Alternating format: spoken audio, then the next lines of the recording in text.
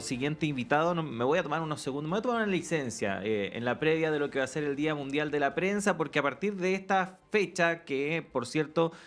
tiene contempladas una serie de actividades en nuestra capital a partir de hoy, que por cierto vamos a estar cubriendo, entre ellas este homenaje al equipo que fundó e integró Teleanálisis, donde varios de quienes han sido parte de la historia de esta radio participaron, como Juan Pablo Cárdenas, la misma Juanita, quien trabajó en la revista Análisis por muchos años. Nos han llamado acá a la radio varios auditores, auditoras para saludarnos, para agradecer por el trabajo que entregamos y a partir de esos llamados, nosotros como Radio Análisis, como equipo de Radio Universidad de Chile, queremos agradecerles a ustedes por todo el cariño que nos entregan a diario, los mensajes que nos mandan a través de redes sociales y por cierto también a través del teléfono, como se hacía antiguamente, ¿no? En las radios cuando la gente llamaba a los teléfonos. Bueno, acá las líneas están abiertas también para recibir sus preguntas, sus sugerencias, en fin, y también estos agradecimientos que por cierto nos llenan el corazón. Así que muchas gracias por entregarnos este cariño a diario acá a todo el equipo de la radio Universidad de Chile. Ahora sí, continuamos con el programa y saludamos a continuación al investigador de Fundación Sol, Recaredo Galvez. ¿Cómo estás, Recaredo? Muy buenos días. Hola Claudio, muy buenos días. Muchas gracias por la invitación. Sí, no, gracias a ti, Recaredo, por estar con nosotros a esta hora de la mañana en representación del equipo de Fundación Sol en este espacio que tenemos semanalmente y en esta ocasión para hablar de un tema que fue uno de los puntos que, por cierto, se puso sobre la mesa durante la jornada de ayer en el contexto del Día Internacional de las Trabajadoras y los Trabajadores, que es el tema de la sindicalización, este proyecto, ¿no? Esta idea que en su momento se puso sobre la mesa respecto de avanzar en negociaciones ramales a nivel de diversas áreas productivas, un tema que está, por cierto, ahí un poco congelado,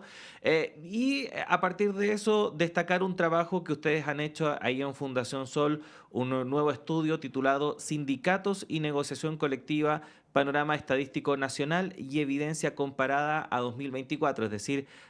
a este año. ¿Qué podríamos decir en líneas generales, ¿no, Recaredo, respecto de este trabajo que ustedes realizaron ahí en Fundación Sol y acerca también de lo que pudieron descubrir del estado de la sindicalización en nuestro país, en nuestro país? Muy bien, pues del estado de la sindicalización en nuestro país hay una serie de análisis que se acompañan en el estudio que tú mencionaste. Dentro de las principales conclusiones, como tú nos decías, está primero un aspecto que es muy relevante, que dice relación con que estamos ante una situación de sindicalización, de sindicalismo en nuestro país que es bastante débil. Eso es un punto importante, da la estructura de las organizaciones. Son organizaciones sindicales que en su mayoría son pequeñas y dadas las restricciones legales tienen que negociar principalmente a nivel de empresa. Eso es lo que se establece. No existe la posibilidad de que las organizaciones sindicales realmente tengan autonomía. Por otro lado, otro de los autonomía real para poder negociar en distintos niveles, a eso me quería referir. Por otro lado, también hay aspectos que nos resultan del todo interesantes, que tienen que ver con que este mismo asunto, que dice relación con la cobertura o con, con el porcentaje de las organizaciones de trabajadores que se encuentren sindicalizadas, donde encontramos esas realidades en distintos países, dado de que este estudio aborda eh, no solo la realidad chilena, sino que también hace un ejercicio de comparación con otros países y su realidad sindical. Entonces, en aquellos países donde hay una mayor tasa de sindicalización de la fuerza de trabajo y donde en gran medida la cobertura de la negociación colectiva puede ser mucho más extensa y puede darse en muchos niveles, no solo en el nivel de empresa, vamos a encontrar que en esos países hay también menores niveles de desigualdad. Incluso hay estudios que han planteado esto abiertamente, que existe una relación entre estas mayores tasas de sindicalización de la fuerza de trabajo y al mismo tiempo menores niveles de desigualdad en esas sociedades. Entonces, queremos poner sobre la mesa que el punto, que es un punto muy relevante en términos de cómo existe la posibilidad dentro del mundo del trabajo de que exista un espacio de negociación para que ahí se puedan construir salarios. O sea, esto es algo muy relevante, porque al final del día no estamos hablando de que haya una norma que establezca un monto del salario o que hayan distintas normas que en el fondo solo sean favorables para la organización sindical, dado que eso históricamente es algo que se logra solamente con la lucha sindical, sino que de lo que estamos hablando es que por lo menos no existan trabas para que se negocie en distintos niveles de organización, para que se pueda hacer esto a nivel ramal, en la negociación colectiva por rama, la que nos permite comprender de mejor forma qué es lo que ocurre en un sector económico y de qué manera pueden organizarse las distintas instituciones sindicales, las distintas organizaciones de trabajadores y trabajadoras en ese sector económico para poder obtener algún tipo de mejora en su calidad laboral, pero principalmente para la construcción de salarios. Al mismo tiempo, eso ayuda incluso a definir otros elementos que no necesariamente van a tener que ser mediados por una ley, como por ejemplo la jornada, como por ejemplo otro tipo de beneficios que se pueda destinar para los trabajadores y trabajadoras de un sector económico, o al mismo tiempo es muy importante otro elemento que planteamos en este estudio, que la negociación, ya sea en rama nacional o local, no excluye los distintos momentos o espacios para negociar. Es decir, no, el hecho de que en un país se pueda negociar ramalmente o se pueda negociar en la empresa no es para nada excluyente. Pueden coexistir esta forma de negociación, incluso en la mayoría de los países que revisamos, que son países que en realidad corresponden incluso a la OCDE. No estamos hablando acá de países que habitualmente podemos pensar puedan tener políticas que sean más cercanas a los trabajadores, sino que estamos hablando de los países más industrializados en este contexto, que se utilizan como referente económico habitualmente para algún tipo de política pública que tenga que ver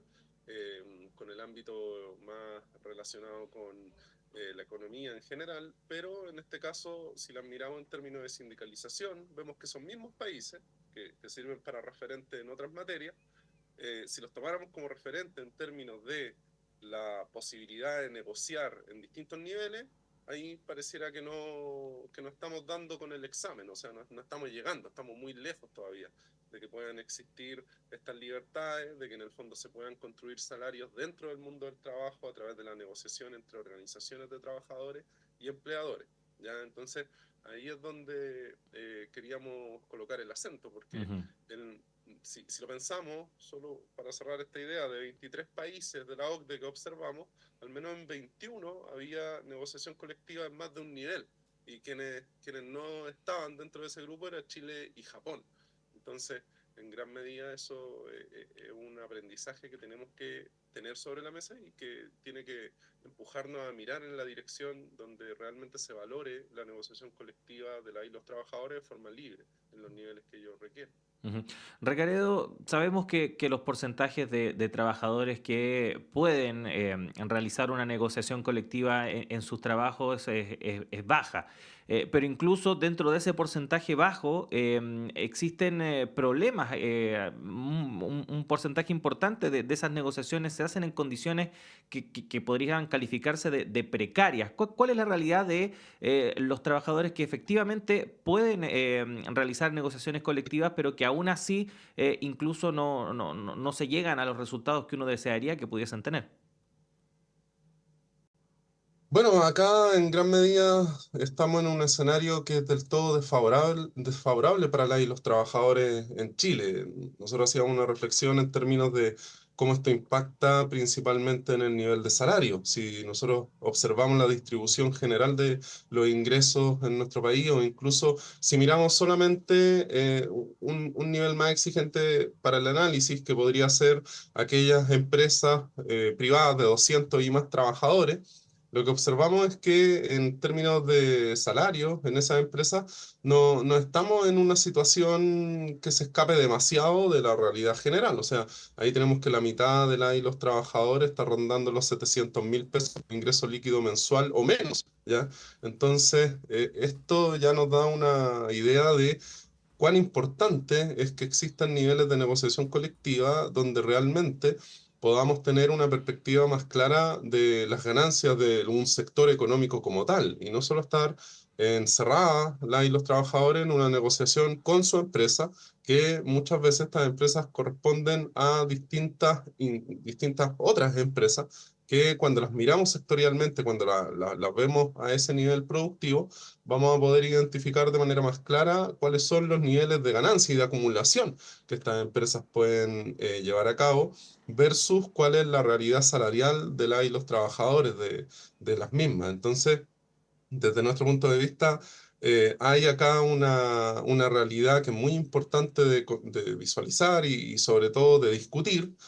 También hemos visto cómo hay organizaciones de trabajadores que tienen interés en llevar a cabo esta discusión y que han trabajado para poder impulsarla. Existen distintas organizaciones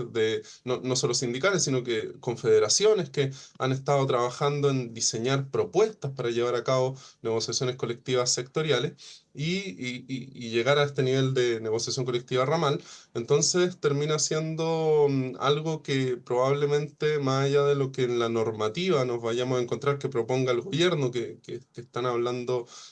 como tú decías al inicio, de una reforma, desde nuestro punto de vista es muy importante escuchar qué es lo que desde el mundo del trabajo se está proponiendo, es decir, qué es lo que las organizaciones de trabajadores están proponiendo y quieren colocar sobre la mesa. Y eso tiene que ver con una negociación colectiva por rama. Entonces, también tenemos que entender que la libertad de que las organizaciones sindicales puedan proponer su estrategia de negociación nos ayuda a ir visualizando que también pueden darse espacios para la mejora en términos del campo del mundo del trabajo. O sea, por ejemplo, hoy día hemos visto todo lo que ha significado esta implementación de la ley de las 40 horas. En gran medida, desde la Fundación también advertimos que este era un tema que se estaba planteando sobre un terreno en el cual existe debilidad para el actor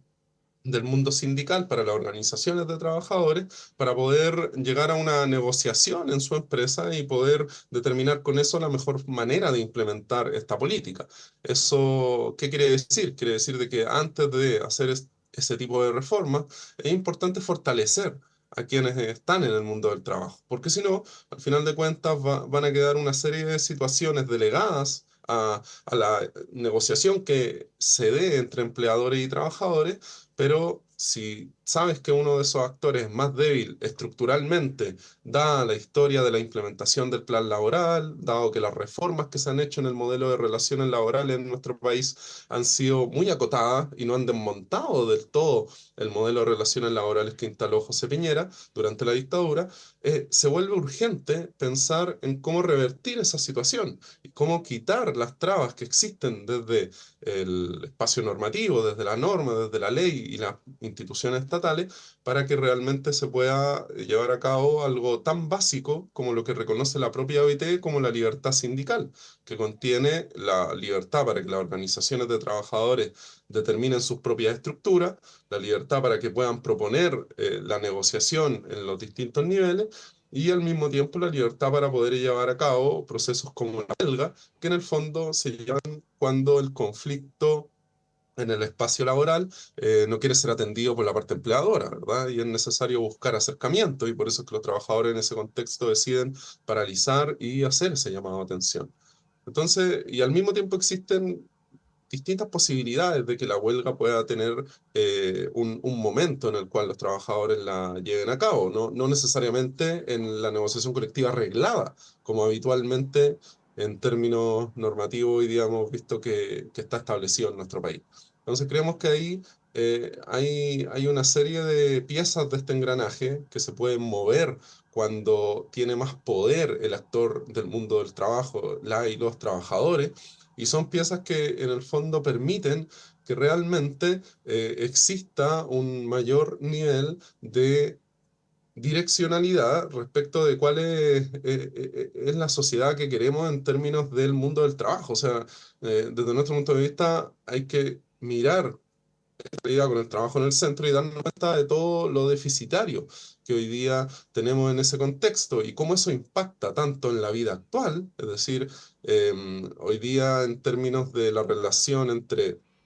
los gastos promedios de un hogar que están por sobre 1.450.000 pesos, versus los ingresos que recibe la gran mayoría de las y los trabajadores, podemos observar de que estamos muy, muy distantes, ¿ya? Según la misma cifra que había planteado anteriormente. Por otro lado, cuando miramos las pensiones, que también se construyen en gran medida durante la vida laboral activa de las personas, también estamos teniendo pensiones que son bajísimas y que no están por debajo de los mínimos establecidos incluso en términos de la referencia del salario mínimo. Entonces, todo esto está en torno al mundo del trabajo. Nosotros creemos que